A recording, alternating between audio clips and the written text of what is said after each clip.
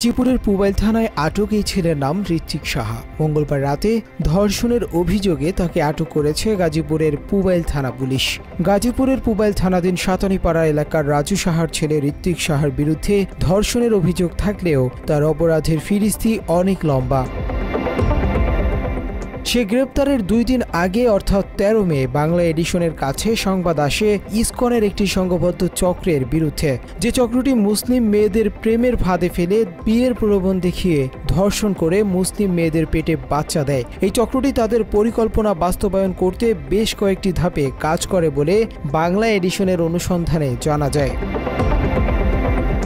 প্রথম ধাপে এই চক্রের সদস্যরা নিজেদের ধর্ম পরিচয় গোপন রেখে মুসলিম মেয়েদের সঙ্গে প্রেমের সম্পর্ক গড়ে তোলে। এরপর অন্তরঙ্গ মুহূর্ত কাটানোর সময় ছবি ও ভিডিও ধারণ করে রাখে।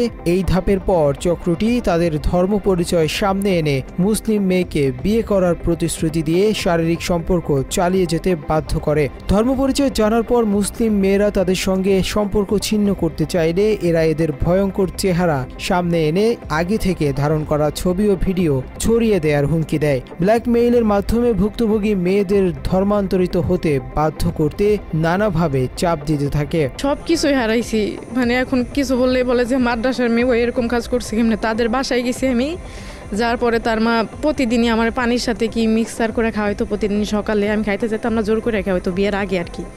লাস্টে এক তান্ত্রিককে নিয়ে আসছিল, আমার অনেক জোর জবস্তি করে শাড়ি পরাইছে। আমি শাড়ি পরবো না, পরার পরে এই রুম থেকে ওই রুমে আমি একটা বালিশ আনতে গেছিলাম। এখন উনি ওইখানে ঘুমানো, ওনারা ঘুমাইতে দেখে আমি পর্দা সরাই দিছি, জানি আমি ভিতরে ঢুকলে বাহির থেকে মানুষ দেখতে পারে আমারে।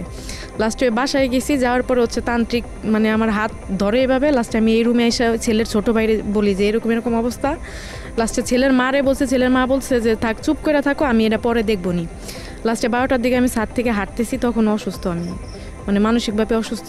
ছেলের বাবা বলতেছে যে ঘর সংসার করতে পারলে থাকো, নাইলে না থাকো, চলে যাও। ঋত্বিক সাহা একইভাবে পরিচয় গোপন রেখে ফেসবুকের মাধ্যমে প্রেমের সম্পর্ক গড়ে তোলেন মানিকগঞ্জের মেয়ে রোজার সঙ্গে। সম্পর্কের 6 মাস পর রোজা জানতে পারে ঋত্বিকের আসল ধর্ম পরিচয়। সে সময় ঋত্বিক ধর্ম পরিবর্তন করে মুসলিম হয়ে তাকে বিয়ে করবে বলে প্রতিশ্রুতি দেয়। বিয়ের প্রলোভন দেখিয়ে রোজাকে গাজীপুরের পুবাইলে তার বাসায় নিয়ে যায় ঋত্বিক। বাসায় নিয়ে গিয়ে প্রায় 3 মাস ঋত্বিক সাহা জোরপূর্বক রোজার সঙ্গে স্বামী স্ত্রীর মতো বসবাস করতে থাকে।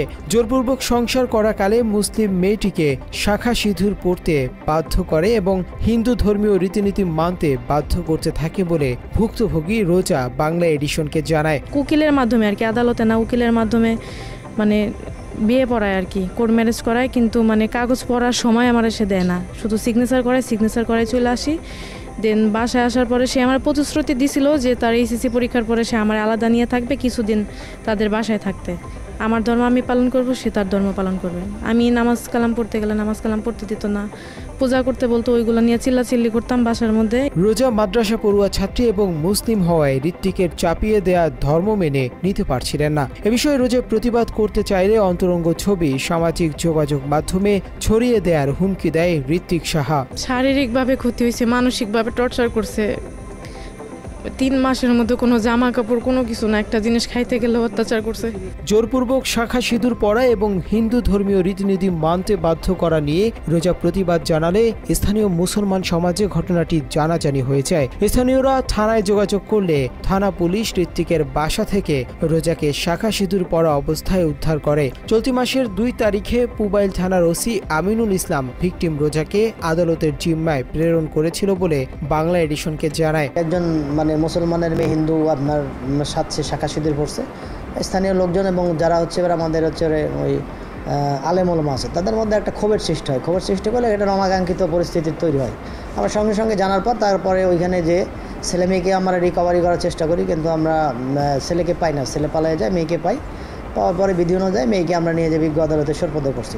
স্থানীয় মানুষ এবং পুবাইল থানা পুলিশের সহায়তায় রোজা এক দুর্বিষহ বন্দিশালা থেকে মুক্তি পেয়েছে। তবে ততক্ষণে ঋত্বিকের ধর্ষণের ফলে 2 মাসের গর্ভবতী হয়েছেন মুসলিম মেয়ে রোজা। ইতোমধ্যে সকল ঘটনার জেরে পরিবারহীন হয়ে পড়েছেন রোজা। সব হারিয়ে রোজা তার সাথে ঘটে যাওয়া অপরাধের বিচারের দাবি করেন। গত 12 মে ভুক্তভোগী রোজা এবং বাংলা এডিশনের অনুসন্ধানী দল বিষয়টি গাজীপুর রেঞ্জ ডিআইজিকে অবহিত করে এবং পুবাইল থানায় গিয়ে ঋত্বিকের বিরুদ্ধে একটি মামলা দায়ের করেন। বাংলা এডিশনকে ঘটনার বর্ণনা দেন পুবাইল থানার ভারপ্রাপ্ত কর্মকর্তা আমিনুল ইসলাম। আমরা জানতে পারলাম যে তার সাথে এইভাবে আপনার এফিডেভিট করে বিয়ে হয়েছে, এরপরে এখানে এসে ছিল।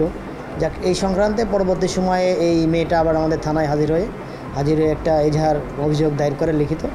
এই বিষয়টা আমাদের আইনগত ব্যবস্থা প্রক্রিয়াধীন, আমরা এটা তদন্ত করে যথাযথ আইনগত ব্যবস্থা গ্রহণ করব। ওসির এমন বক্তব্যের 2 দিনের মাথায় মঙ্গলবার রাতে গাজীপুরের পুবাইল থানার পুলিশ অভিযান চালিয়ে গ্রেপ্তার করেন মুসলিম নারীদের সতীত্ব নষ্ট করা চক্রের সদস্য ঋত্বিককে। তবে ভুক্তভোগী নারীর দাবি, অসংখ্য ঋত্বিক নাম পরিচয় গোপন করে মুসলমান মেয়েদের ফাঁদে ফেলছে প্রতিনিয়ত।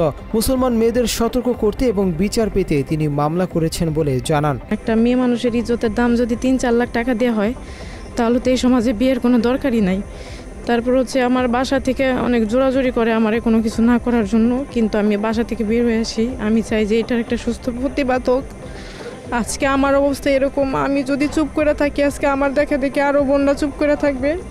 এর জন্য চাই এটা একটা সুস্থ বিচার হোক। উগ্র হিন্দুত্ববাদী সংগঠন ইসকনের পরিকল্পনা বাস্তবায়ন করতে একদল উগ্র হিন্দুরা মুসলিম মেয়েদের টার্গেটে পরিণত হয়েছে।